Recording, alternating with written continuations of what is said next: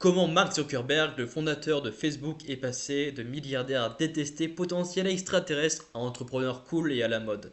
Restez bien jusqu'à la fin de cette vidéo parce que je vais littéralement livrer les secrets du personal branding d'un milliardaire qui vont vous permettre, même si vous êtes un entrepreneur qui crée du contenu, d'en tirer des leçons actionnables pour même économiser plusieurs millions si un jour vous souhaitez apprendre à gérer votre image. On va parler surtout de gestion d'image publique, de comment les autres vous perçoivent lorsque vous créez du contenu, comment les gens se créent une image mentale de vous-même et ensuite comment la manipuler, c'est-à-dire manipuler cette image mentale, manipuler l'esprit de vos abonnés, de votre audience. Prenez un calepin et un stylo, et go, c'est parti. Donc, premier sujet, comment il a fait pour être détesté autant sans le vouloir il y a quelques années. Écoute ça attentivement pour ne pas que ça t'arrive, parce que des fois, tu crées du contenu sans le savoir et il y a des gens qui te détestent. Mais la proportion, c'est savoir est-ce que tu es détesté de tous ou c'est simplement une minorité. Et c'est important de contrôler son image parce que si tu ne contrôles pas ton image, tu vas complètement la subir et c'est extrêmement important. Donc, il y a 10 ans, Mark Zuckerberg était vu comme un geek autiste qui avait créé Facebook un peu par hasard parce que c'était un peu un génie talentueux. Donc, on peut voir aussi que la première chose de pourquoi il était détesté, quand il était en apparition publique, il y avait une distance presque inhumaine. Que Zuck le veuille ou non, son audience, c'est le grand public. Et ça, il faut en avoir compte, c'est quelle est votre audience. L'audience de Zuckerberg, c'est tous les utilisateurs de Facebook, Instagram, WhatsApp, et forcément, il n'a jamais réellement créé du lien avec eux. Aucune manière de s'identifier à lui, rien pour le rendre accessible ou sympathique. Résultat, les gens finissent par le jalouser ou même lui en vouloir pour sa puissance et son influence. Notamment, on peut voir ici que lorsqu'il apparaît en public et qu'il boit un verre d'eau, il y a vraiment une notion de distance. On n'arrive pas du tout à s'identifier à lui. Il y a un peu cette image de il est inaccessible, on ressent aucune sympathie. La deuxième chose, c'est il est perçu comme le voleur de données. Pour beaucoup, Zuckerberg est vu comme un monstre qui vole nos données pour se remplir les poches. Cette idée a tellement marqué les esprits que personne ne le reconnaissait pour ses accomplissements ou sa vision de l'avenir. Donc, il subissait un peu son image, du type, bah ok, les gens lui ont collé une mauvaise étiquette, et en fin de compte, vu qu'il avait aucun pouvoir là-dessus et qu'il n'était pas en train d'être proactif par rapport à son image, bah lorsqu'il faisait des bonnes actions, qu'il était là lorsqu'il avait des bons accomplissements, il faisait des donations, peu importe, il était dans l'innovation, la vision vers l'avenir, bah, personne ne le reconnaissait et l'aspect positif qu'il essayait de dégager était complètement ignoré, ça passait inaperçu. Au lieu de ça, il était perçu comme celui qui n'a qu'un seul objectif, l'argent. Et forcément, c'est ce qui a collé à lui parce qu'il n'a pas du tout positionné d'étiquette pour lui-même. S'il ne pose pas d'étiquette, il subit ce que les étiquettes des autres qui vont lui subir. Ok, 3. Ses apparitions publiques étranges. Quand on le voit en public, il paraît bizarre. On sent un vrai manque de connexion humaine. Il a souvent un regard vide, dit aussi qu'il ne porte qu'un seul t-shirt. Il a même acheté un bunker pour se protéger en cas d'apocalypse nucléaire avec ses parents. Comment le grand public pourrait-il avoir confiance en lui ou simplement l'apprécier? Ce qui est compliqué parce que c'est entre guillemets, avoir qu'un seul t-shirt pour éviter la charge de dopamine ou la charge de décision, l'énergie de décision, peu importe, acheter un bunker en cas d'apocalypse, c'est vraiment des traits de milliardaires où seuls les gens très très riches peuvent s'identifier à ça. Mais je le répète, l'audience de Zuckerberg, ça va être les utilisateurs de Facebook, Instagram et WhatsApp, qui sont ses mêmes propres clients. Donc c'est extrêmement important de savoir quelle est ton audience et surtout comment tu t'identifies à eux. Il faut vraiment essayer de créer le plus de proximité possible. Et donc la question qu'on se pose, c'est comment le grand public pourrait-il avoir confiance en lui ou simplement l'apprécier? Lorsque je regarde une apparition publique, on voit ici qu'il a un regard un peu démoniaque, des yeux un peu plissés, on ne sait pas forcément, une coupe un peu premier de la classe, un petit génie que les gens, c'est pas une coupe assez commune, j'ai envie de dire, c'est pas du tout à la mode. Euh, et vraiment, il y a un manque de sympathie, quoi, ça se dégage. Et du coup, la vraie question, c'est mais comment est-il parvenu à surmonter ces obstacles? Comment est-il passé de potentiel reptilien ou extraterrestre à entrepreneur cool et apprécié de tous? On va revoir ça dans un instant. Première chose, on va explorer les mécanismes psychologiques utilisés par Mark Zuckerberg. Comment passer de reptilien à entrepreneur apprécié de tous? Première chose, c'est qu'il a appris à maîtriser et contrôler son image publique. Il a appris à savoir, ok, qu'est-ce qui se dégage de moi et ensuite, qu'est-ce que je peux actionner pour contrôler ce qui se dégage de moi. Mark Zuckerberg, autrefois perçu comme un entrepreneur distant, calculateur et impitoyable, a orchestré un changement stratégique dans son personal branding pour adoucir son image. Conscient de l'impact des scandales sur sa réputation et celle de Meta, Zuck adopte désormais une approche plus humaine et accessible pour regagner la confiance du public. Et c'est une démarche qu'il a commencé depuis 3, 4, 5 ans peut-être. C'est pas depuis hier, mais maintenant on a vraiment du recul sur les choses et on voit vraiment les différences, les résultats. Donc on va explorer ça dans un instant. Voici les éléments clés de cette transformation et pourquoi elle est cruciale pour lui et l'avenir de son entreprise. Première chose, c'est l'identification. La difficulté, ça va être d'humaniser le PDG. Les actions clés qu'il a pu mettre en place, ça va être Zuckerberg partage régulièrement des moments avec sa famille, se montrant dans des situations simples comme cuisiner avec sa femme ou jouer avec ses enfants. Les activités, il se met en scène dans des activités comme le surf, le judo ou encore la chasse à l'arc, des passions qui sont loin du luxe ostentatoire et qui le rendent accessible. L'objectif évidemment, ça va être de montrer les aspects personnels et l'humain de Mark Zuckerberg qui casse l'image du robot de la tech, déconnecté de la réalité. Ce choix crée une association d'idées positives, aidant le public à le percevoir non pas comme un milliardaire distant, mais comme un individu partageant des valeurs communes. Et si je regarde son feed Instagram, parce que toute l'image passe par soit les apparitions publiques, soit par le contenu que vous partagez, parce que c'est le seul lien que les gens vont pouvoir avoir avec vous. Première chose que je vois, c'est une vidéo qui fait 1 million You must increase the hunger. où il est en train de faire de la manicure avec sa fille, grâce à la technologie. Ce qui est cool, c'est qu'il réussit à allier les deux, l'aspect technologique, l'aspect humain, famille, sa fille, et on voit bien la différence. Est-ce que c'est un type de contenu qu'un milliardaire pourrait potentiellement poster? En soi, pas forcément. C'est plus le contenu qu'un parent qui prend soin de ses enfants pourrait poster. Et si on regarde un peu les autres images, là il est en train de faire de la boxe, là il est en train de faire du surf. Donc on peut voir aussi qu'il a changé de coupe de cheveux. Il a plus du tout une coupe premier de la classe, mais un peu des cheveux en pétard. Au niveau de sa photo de profil, on voit qu'il a un sourire humain et sincère. C'est moins un sourire démoniaque. Notamment, on voit que les yeux sont plissés, donc c'est un véritable sourire.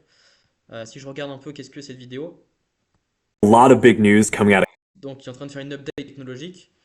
Là, il apparaît en podcast avec une femme très connue.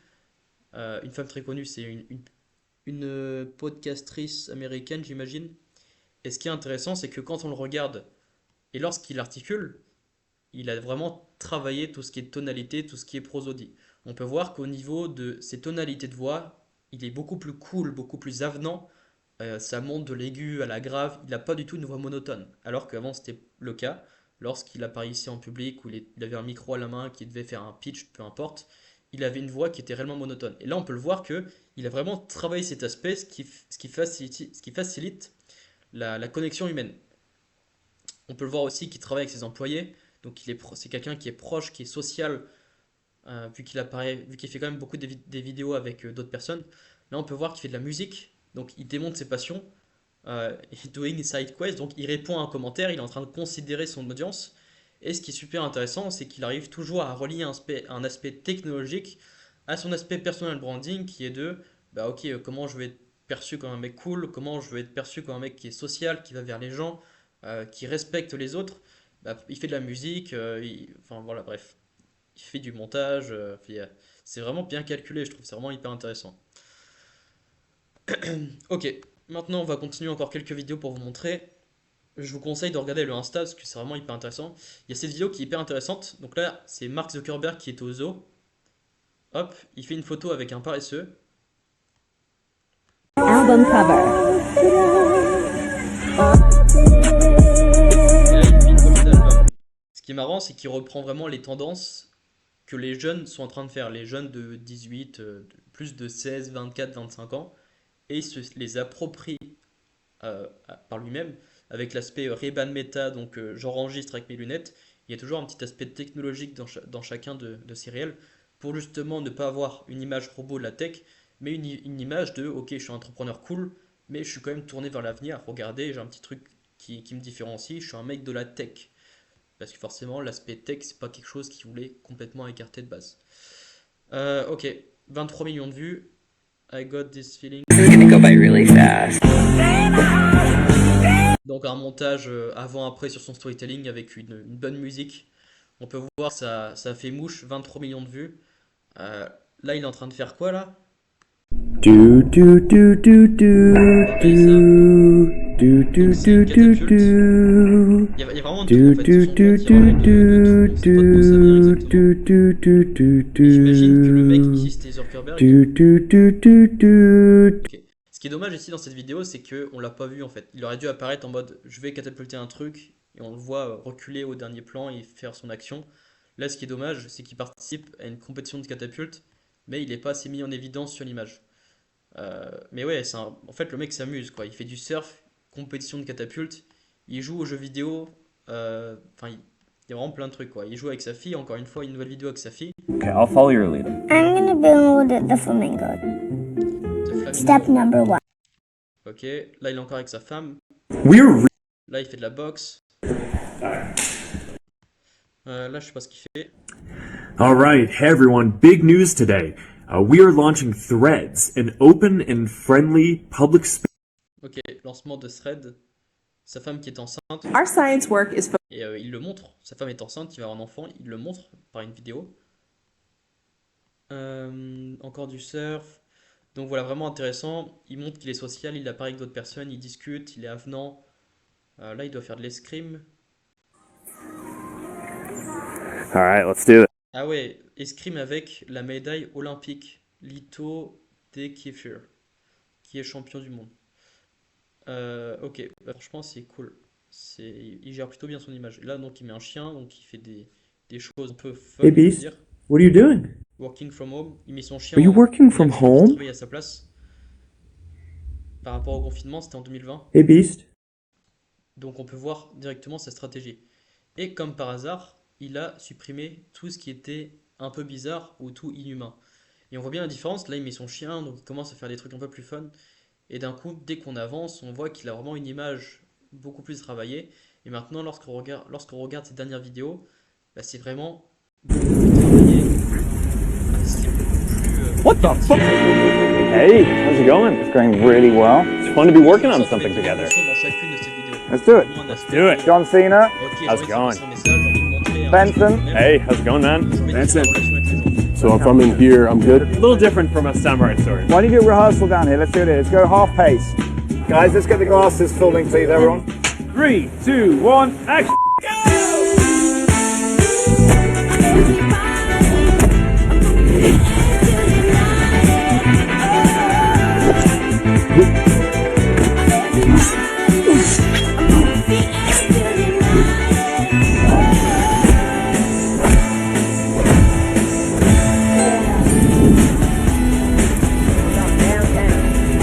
Hey, Meta, am I on fire?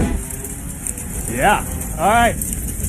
Bon bref, maintenant on a bien regardé, on va revenir à l'aspect valeur, l'aspect numéro 2, qui est la notion de confiance. Le problème de confiance en tant que PDG de Facebook, Insta et WhatsApp, bah, Zuckerberg est perçu comme le maître des données, ce qui suscite des inquiétudes et des questions. Que fait-il de nos données? Sommes-nous en sécurité? Est-ce qu'il le vend à des gouvernements? Ce manque de transparence a miné la confiance du public. Solution: en incarnant son entreprise via son personal branding, en montrant aussi que des gens lui font confiance, Zuckerberg renforce la confiance avec ses utilisateurs par le biais de le transfert d'autorité.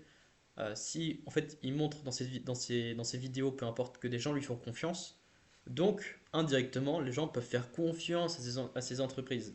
C'est pour ça qu'il se met en scène sur différents formats, différentes situations. Il se positionne comme une figure normale et accessible pour dissiper les spéculations et apaiser les peurs du public. Il part du principe que si les gens le voient comme quelqu'un de fiable, ils arrêteront de s'inquiéter sur ses intentions, rendant Meta et ses produits plus acceptables. Du point numéro 3, devenir un fondateur engagé pour l'avenir. Donc ça, on l'a très bien vu avec l'aspect technologique qu'il essaye toujours de relier via ses vidéos. Problème initial, Zuckerberg était vu comme quelqu'un focalisé uniquement sur le profit, mais sans réelle occupation pour l'impact social de ces plateformes. Avec Meta et sa vision du métaverse, Zuckerberg se repositionne comme un visionnaire engagé qui souhaite transformer Internet. Ce positionnement vise à détourner l'attention des controverses de Facebook tout en renforçant l'image d'un bâtisseur d'avenir. Ce nouveau rôle le rapproche de figures perçues comme innovatrices comme Elon Musk, etc. C'est assez intéressant pour moi, le rebranding de Facebook à Meta a beaucoup joué sur l'aspect personal branding de son image, parce que entre guillemets, il a pu se réinventer grâce à ça. Il s'est détaché de l'étiquette euh, de fondateur de Facebook. Je vole vos données, à plus. Ok, maintenant je suis fondateur de Meta par le rebranding. Je suis vu comme une personne beaucoup plus cool. Je suis tourné vers l'avenir. J'ai du lien social avec les gens. J'apprécie passer du temps avec ma famille, ma femme, peu importe, mes enfants. Point numéro 4, communication plus accessible et transparente. Le défi de l'accessibilité. Pendant longtemps, Zuckerberg était resté dans un discours très technique formel, difficile à comprendre pour le grand public. Mais maintenant, on peut voir qu'il a vraiment changé parce qu'il se met dans des situations qu'un parent, que tout le monde peut faire du surf, du judo, sport de combat, peu importe. Approche actuelle, désormais, il adopte un langage plus simple et participe à des sessions de questions-réponses en direct, partageant des défis personnels et pro. Cette vulnérabilité brise l'image du PDG robotique et aide les gens à s'identifier à lui. Parce que oui, forcément, son audience font aussi des activités avec leurs enfants, font aussi potentiellement du sport de combat, ils vont aussi marcher dehors, enfin, bref, plein de trucs. Vont aussi travailler à la maison comme le chien qui work from home à cause du Covid, ce genre de choses. Point numéro 5, investe dans les causes sociales. Contexte, la méfiance envers les gens de la tech était grandissante. Zuckerberg doit prouver qu'il est motivé par plus que le profit. Action, avec la Chan Zuckerberg Initiative qui finance des projets scientifiques et humanitaires, il montre un engagement plus large envers la société. Cette initiative détourne l'attention de l'image d'un Zuck qui est uniquement intéressé par le profit, tout en renforçant l'idée qu'il contribue positivement au monde. Donc l'aspect caritatif, forcément ça joue beaucoup. Le point numéro 6, et juste ensuite je vais vous donner 3 points actionnables que vous allez pouvoir répliquer directement dans votre business si vous créez du contenu et que vous êtes un entrepreneur qui est déjà présent sur les réseaux sociaux pour vous apprendre à mieux maîtriser l'image et savoir comment vous voulez que votre audience vous perçoive. Très important. Point numéro 6, montrer ses passions et ses intérêts. Donc il était vu comme un nerd. Maintenant, il partage des activités comme le surf, ce genre de choses. Notamment, un truc que j'ai oublié de rajouter, c'est l'aspect prosodie, tonalité, que maintenant, lorsqu'il parle, lorsqu'il communique en public, bah, il a une meilleure tonalité de voix, une voix beaucoup plus émotionnelle, on peut dire ça, beaucoup plus sympathique. Gagner la confiance et les régulateurs. Pourquoi c'est important de transformer son image? Bah, le gros point, c'est la confiance du public et des régulateurs. Il y a eu plusieurs scandales avec les analytics, enfin, il y a plein de trucs. Bref, attirer des meilleurs talents, parce que oui, forcément, quand tu es une entreprise dans la tech, bah, le recrutement, c'est très compliqué.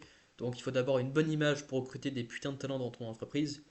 La fidélité des utilisateurs, notamment pour répondre à l'étiquette du voleur de données qui est là pour l'argent. Et aussi éloigner l'attention des scandales passés, surtout par le rebranding, en mettant en avant Meta et en mettant en arrière-plan Facebook. Forcément, il se donne la propre opportunité de recréer une nouvelle image et de se détacher de tous ces scandales du passé. Le point numéro 3, ça va être les 3 actions que tu peux actionner rapidement pour tes prochains posts pour paraître plus cool aux yeux de ton audience. La première chose, lorsque tu fais des photos ou des vidéos sur LinkedIn, peu importe, sur Instagram, peu importe, je te conseille de sourire le plus possible lors de tes apparitions. Pourquoi? Parce qu'un sourire sincère te rend plus attirant et incite les gens à te soutenir. Mais attention, un sourire trop exagéré peut te paraître niais ou peu sérieux. Deuxième point, choisis bien les situations dans lesquelles tu te montres. Si tu postes principalement des photos de toi à la plage ou au bar, les gens auront tendance à penser, à te voir comme quelqu'un qui aime se détendre et profiter de la vie, et pas comme une personne pro en qui on pourrait avoir confiance. En l'occurrence, si tu si tu te montres au bureau ou aux compagnies de partenaires business, tu renvoies l'image d'une personne travailleuse, sérieuse et avec qui il est agréable de collaborer. Point numéro 3, utilise le pouvoir de l'association. Voici un biais cognitif que toutes les grandes entreprises exploitent pour s'ancrer dans ton esprit sans que tu t'en rendes compte, le biais d'association. Tout ce que tu dis ou montres sera inconsciemment associé à toi-même. Si tu râles souvent sur LinkedIn, les gens vont te percevoir comme quelqu'un de négatif, difficile à côtoyer au quotidien. En revanche, si tu cites des auteurs, des livres ou des idées inspirantes, on te verra comme une personne cultivée, réfléchie et intelligente. Donc le biais d'association, très important par rapport à comment tu te mets en situation, par rapport avec qui tu te montres, par rapport à ce que tu fais. Fais attention aux histoires que tu choisis, de partager. Et au sujet que tu abordes sur les réseaux sociaux, l'association, c'est l'essence même du branding. C'est ainsi que des marques comme Nike, Coca-Cola, McDonald's et Amazon deviennent des références mondiales. Par exemple, Nike aujourd'hui s'associe à des grands basketteurs comme Michael Jordan, parce qu'ils choisissent de faire du marketing d'influence et indirectement, ils utilisent le pouvoir de l'association pour rattacher l'image de Michael à Nike. Et ils investissent des milliards pour associer à leur image et des émotions et des valeurs spécifiques. Ne sous-estime pas ce principe, il peut transformer ta perception et ton impact. Et ça, c'est une grosse réalité. Bref, on arrive à la fin de cette vidéo. Si tu ne me connais pas, je m'appelle Bastien, j'ai une agence du nom d'ATH Agency.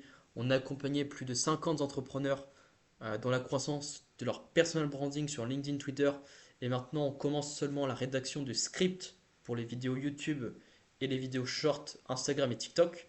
Je te conseille de réserver un appel de consulting offert où je t'explique pourquoi actuellement ton contenu organique ne te rapporte pas de clients ou même pas assez de visibilité.